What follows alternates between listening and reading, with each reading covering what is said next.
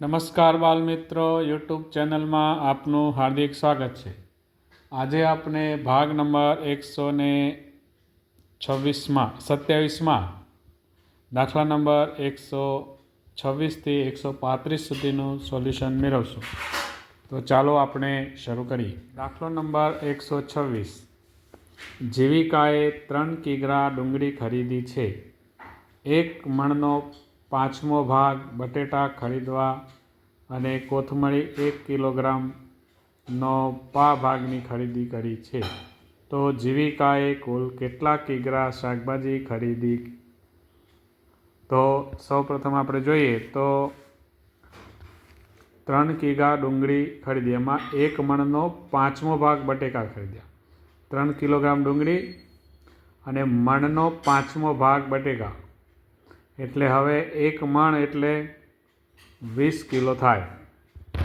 એટલે 1 મણ એટલે 20 કિલો, તો 5મો ભાગ એટલે 20 કિલોના 5 ભાગ કરીએ તો 4 કિલો થાય। એટલે 3 કિલો ડુંગળી અને 4 કિલો બટાટા અને કોથમીર 1 કિગ્રાના પા ભાગની ખરીદી, એટલે કિલોનો પા ભાગ એટલે અડધું પા, અડધું પોણો ને આખો, એમાં આપણે જોઈએ તો 1 કિલોનો ચોથો ભાગ કરીએ તો 250 ગ્રામ થાય। તો આ ત્રણેયનો આપણે સરવાળો કરીશું। 3 કિગ્રા ડુંગળી, 4 કિગ્રા બટાટા અને 0.250 ગ્રામ કોથમરી, તો કુલ 7 કિલો ને 250 ગ્રામ એને શાકભાજી ખરીદી કરી છે। તો આપણો ઓપ્શન નંબર ડી એ આપણો સાચો જવાબ આવશે। ત્યારબાદ દાખલો નંબર 127। 1 કિગ્રા સામગ્રીમાંથી 10 લાડુ બને છે। 1 બોક્સમાં 10 લાડુ સમાઈ જાય છે। કંદોઈએ 5 કિગ્રા સામગ્રીમાંથી બનાવેલ લાડવા ભરવા માટે કેટલા બોક્સ જોઈશે?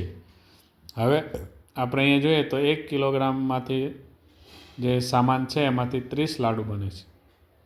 એટલે આપણે સૌપ્રથમ જોઈએ તો 1 કિગ્રામાંથી 30 લાડુ, સૌપ્રથમ આપણે લાડુ શોધીએ તો 5 કિલોગ્રામ જે સામગ્રી છે તો એમાંથી કેટલા લાડુ બને? તો કે 30 × 5 કરો એટલે કે 150 લાડુ બને। હવે આપણે 10 લાડુ સમાય છે, કેટલામાં? 1 બોક્સમાં 10 લાડુ સમાય છે। અહીંયા આપણે બોક્સની સંખ્યા શોધવાની છે। તો 10 લાડુ માટે 1 બોક્સ, તો 150 લાડુ માટે કેટલા બોક્સ? 150 × 1/10, એટલે આપણે છેદ ઉડાડીશું। 15 બોક્સ જે છે તે આ લાડુ ભરવા માટે જોઈશે। ઓપ્શન નંબર ડી 15 લાડુ સમાય, એટલે કે 15 બોક્સ જોઈશે। ત્યારબાદ દાખલો નંબર 128। એક બેગમાં એક સરખા વજનવાળી 8 પુસ્તક છે। પુસ્તકનું બેગ સહિત વજન 3950 ગ્રામ છે। જો તેમાં બેગનું વજન 750 ગ્રામ હોય તો એક પુસ્તકનું વજન કેટલા કિગ્રા હશે? તો હવે આપણે સૌપ્રથમ બેગ જે છે તો એની અંદર કુલ વજન છે એ વજનમાંથી બેગનું વજન બાદ કરીએ તો પુસ્તકનું વજન આવશે। અહીંયા આપણે જે વજન આપેલું છે 3950 ગ્રામ, તે પુસ્તક સહિત છે। તો આપણે સૌપ્રથમ પુસ્તક રહિત એનું વજન શોધીએ તો એના માટે બાદબાકી કરવી પડશે। બેગ રહિત સહિત વજન છે 3 કિલોગ્રામ 950 ગ્રામ, બેગનું વજન 750 ગ્રામ બાદ કરીએ તો બેગ વગર પુસ્તકનું વજન થશે 3 કિલો ને 200 ગ્રામ। હવે એવા કેટલા પુસ્તક છે? તો કે 8 પુસ્તક છે। હવે 8 પુસ્તકનું વજન 3 કિલો ને 200 ગ્રામ છે, તો એક પુસ્તકનું વજન આપણે અહીંયા શોધવાનું છે।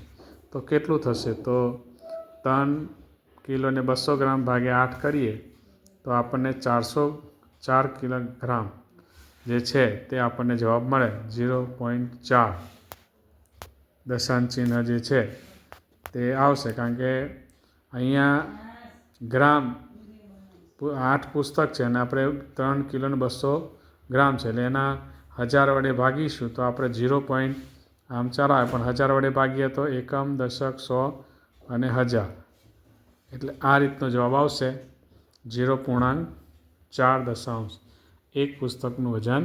ત્યારબાદ દાખલો નંબર 129.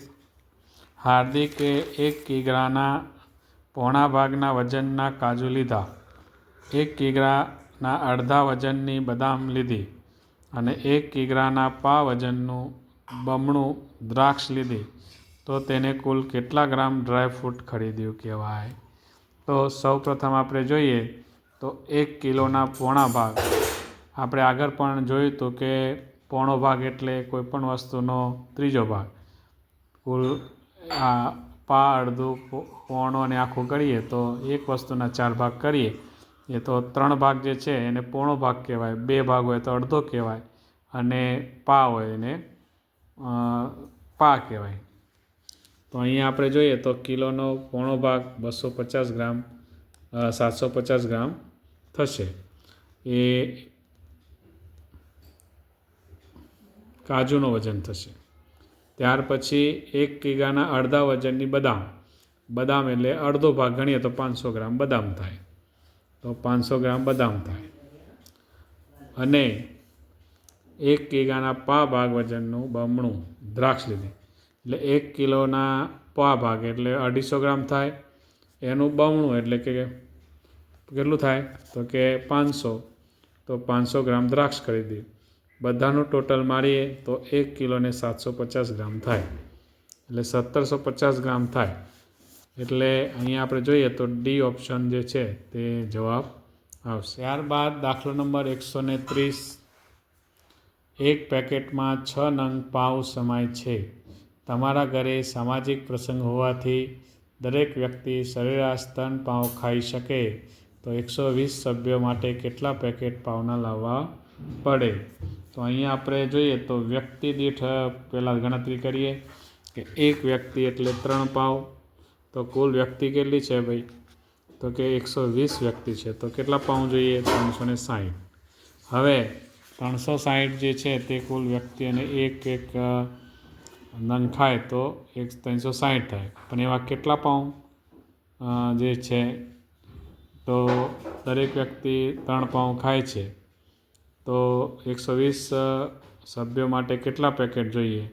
તો અહીંયા આપણે 6 નંગ બરાબર 1 પેકેટ, એટલે કે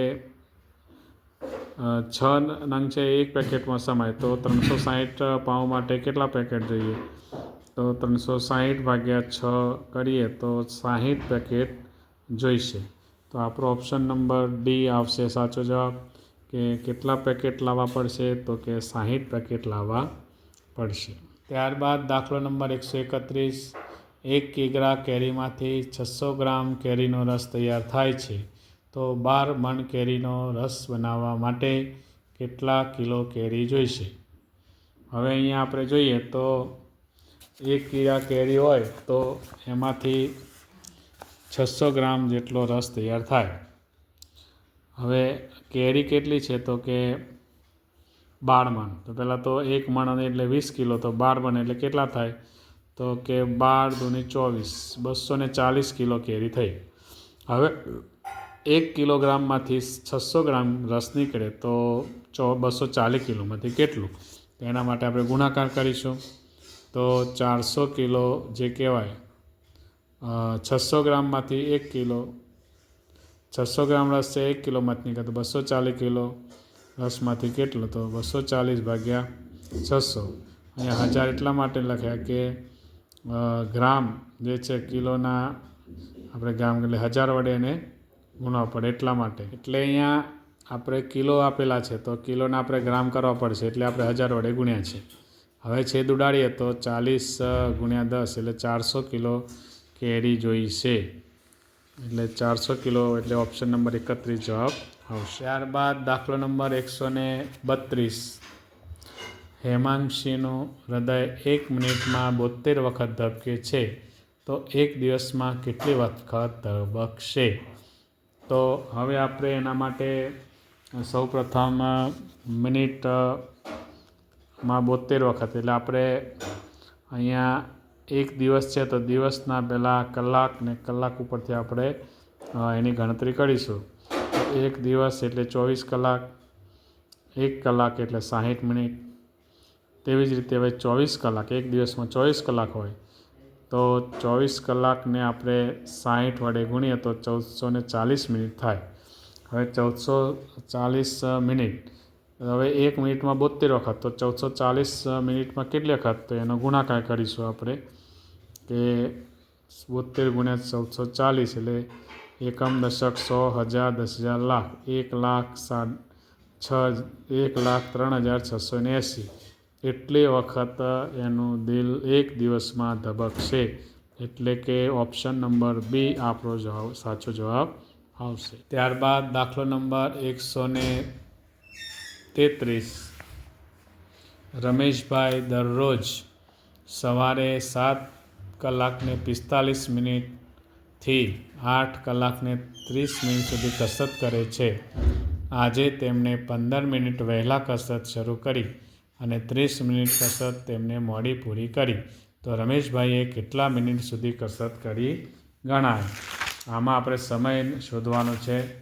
તો સમય શોધીએ તો સૌપ્રથમ આપણે જોઈએ તો એની ગણતરી કેવી રીતે થાય? તો દિવસ અને રાત, કારણ કે 24 કલાક હોય પણ એક રાત્રે 12 વાગ્યાથી દિવસે 12 અને દિવસે 12થી રાત્રે 12 સુધી. તો એ રીતે ગણતરી કરીએ તો અહીંયા 7:45થી 8:30 સુધી એટલે સવારનો ટાઈમ છે. કસરત કરે છે તો કેટલો સમય લાગે? તો કે એમાં આપણે જોઈએ તો 7:30થી 9 એટલે 1.5 કલાક એ થાય. અને પછી 15 મિનિટ વહેલા શરૂ કરી અમને, એટલે કે 7:30થી શરૂ કરી અમને અને પૂરું કર્યું મોડું, એટલે 30 મિનિટ મોડું, એટલે 9 વાગ્યા સુધી. એટલે 9થી 7:30 સુધી, એટલે 9થી 7:30 સુધી આપણે ગણતરી કરીએ તો તેને કેટલા કલાક મિનિટ સુધી કસરત કરી એની બાદબાકી આપણે જોઈએ તો 1 કલાક અને 30 મિનિટ થાય. 1 કલાક અને એટલે 60 મિનિટ ને બીજી 30 મિનિટ એટલે 90 મિનિટ કુલ થાય. એટલે આપણું ઓપ્શન નંબર ડી એ આપણો સાચો જવાબ આવશે. ત્યારબાદ એક દાખલો નંબર 134. આશિકા દરરોજ રાત્રે 10:15 કલાકે સૂઈ જાય છે. તે નિયમિત દરરોજ 8 કલાકની ઊંઘ લે છે. આજે તેમની તબિયત સરખી ન હોવાથી 45 મિનિટ વધુ સૂતા છે. તો તેને કેટલા વાગ્યા જાગ્યા હશે? તો સૌપ્રથમ આપણે જોઈએ તો 10:45 સૂઈ જાય છે અને 8:45 મિનિટે સૂવે છે. તો હવે એની ગણતરી આપણે કરીએ કલાકમાં. તો હમણાં આપણે જોઈએ એમ કે 12 કલાકમાંથી, એટલે કે રાત્રે 12થી દિવસના 12 સુધીમાં એ 1:45 મિનિટ સુધી સૂતા છે, બરાબર. એવી જ રીતે પછીના કલાકની ગણતરી કરીએ આપણે તો એમાં રાતે 12થી 7 વાગે એટલે એમાં 5 કલાક. તો કુલ એના કલાકની ગણતરી આપણે કરીએ તો કેટલી થાય? તો આપણે અહીંયા જુઓ કે 45 મિનિટ સુધી સૂતા છે તો તેને કેટલાક વાગ્યા જાગ્યા હશે? તો આપણે સમય શોધવાનો છે, કલાક નહીં. તો રાત્રે 12થી 10:15 જે છે તે વાત કરીએ એટલે 1:45 કલાક, દિવસથી રાત્રે 12 કલાક સુધી, એટલે કે 8 કલાકને 45 મિનિટમાંથી 1 કલાકને 45 મિનિટ બાદ કરીએ તો 7 કલાક થાય. તો કુલ સવારે 7 કલાકે જે છે તે જાગ્યા હશે. હવે આપણે જોઈએ તો નિશા પાસે ₹500ની 20 કોડી જેટલી નોટ છે. તો નિશા પાસે કેટલા રૂપિયા હશે? તો હવે આપણે જોઈએ તો 1 કોડી એટલે 20 નંગ થાય. એવી કેટલી કોડી છે? તો 20 કોડી છે. તો 20 કોડી એટલે કેટલા નંગ થાય? તો 20 ગુણ્યા 20 કરીએ એટલે 2 દુ 4, 400 નંગ થાય. હવે 400 એટલે કે એટલી નોટો છે, કેટલી? 500ની. તો 1 કોડીમાં આપણે જોઈએ કે 400 એટલે 400 ગુણ્યા 500 કરો, 400 ગુણ્યા 500 કરીએ આપણે તો 4 પંચા 20 અને બીજા 2 ને 2 4 મીંડા એટલે આપણો ઓપ્શન નંબર જે કહેવાય 2 લાખ રૂપિયા એની પાસે હશે. ત્યારબાદ દાખલો નંબર 136. અસ્મિતા ₹30ના ભાવે 100 કિગ્રા કેરી ખરીદે છે. તેમાંથી કેરીનો રસ બનાવવાથી રસનું વજન કેરીના પા ભાગનું થઈ જાય છે. હવે અસ્મિતા 1 કિગ્રા રસને ₹150ના ભાવે વેચી દે છે તો અસ્મિતાને શું થશે? નફો થશે કે ખોટ જશે? તો ચાલો આપણે શોધીએ કે સૌપ્રથમ 1 કિગ્રા એટલે ₹30ના ભાવે તે કેરી ખરીદી. કેટલી? 100 કિગ્રા કેરી લીધી છે. તો 100 કિલોના કેટલા? તો 3000 રૂપિયામાં એને કેરી ખરીદી. હવે શું કરે છે? તો કે કેરીનો રસ કાઢે છે એટલે રસનું વજન પા ભાગનું થઈ જાય. એટલે સમજો કે એને 30 કિગ્રા કેરી લીધી એટલે જે કહેવાય એને કેટલા કિલો? 100 કિલોગ્રામ કેરી લીધી. તો એનું ચોથા ભાગનું વજન થઈ જાય એટલે 25 ચોકસો એટલે 25 કિલો એનું વજન થઈ ગયું. કેરી કેટલા કિલોગ્રામ છે? 100 કિલો. અને એનું વજન કેટલું થઈ ગયું? રસ કાઢીએ એટલે તો કે 25 કિલોનો રસ થયો. હવે એને લીધી છે 3000 રૂપિયા. હવે એને વેચે છે તો કેટલા રૂપિયા મળે છે તે જોઈએ. તો કે 1 કિલોગ્રામના તે 150 રૂપિયાના ભાવે રસ વેચે છે. તો 25 કિલોના કેટલા? તો 25 ગુણ્યા 150 કરીએ તો 3750 રૂપિયા એને આવક થઈ. હવે એને 3000માં કેરી લીધી અને 3750માં એને રસ વેચ્યો તો એને હવે નફો થશે. કારણ કે મૂળ કિંમત કરતાં એટલે કે ખરીદ કિંમત કરતાં વેચાણ કિંમત વધારે છે. તો એનો સૂત્ર થાય નફો બરાબર વેકી ઓછા પકી. તો 3750 ઓછા 3000 કરીએ તો 750 રૂપિયા એને નફો થશે. એટલે આપણને ઓપ્શન નંબર સી એ આપણો સાચો જવાબ આવશે. આજે આપણે ભાગ નંબર 127માં દાખલા નંબર 126થી 136 સુધીનું સોલ્યુશન મેળવ્યું. હવે પછી આપણે આગળના પ્રકરણમાં ભાગ નંબર 128માં મળીશું. નમસ્કાર.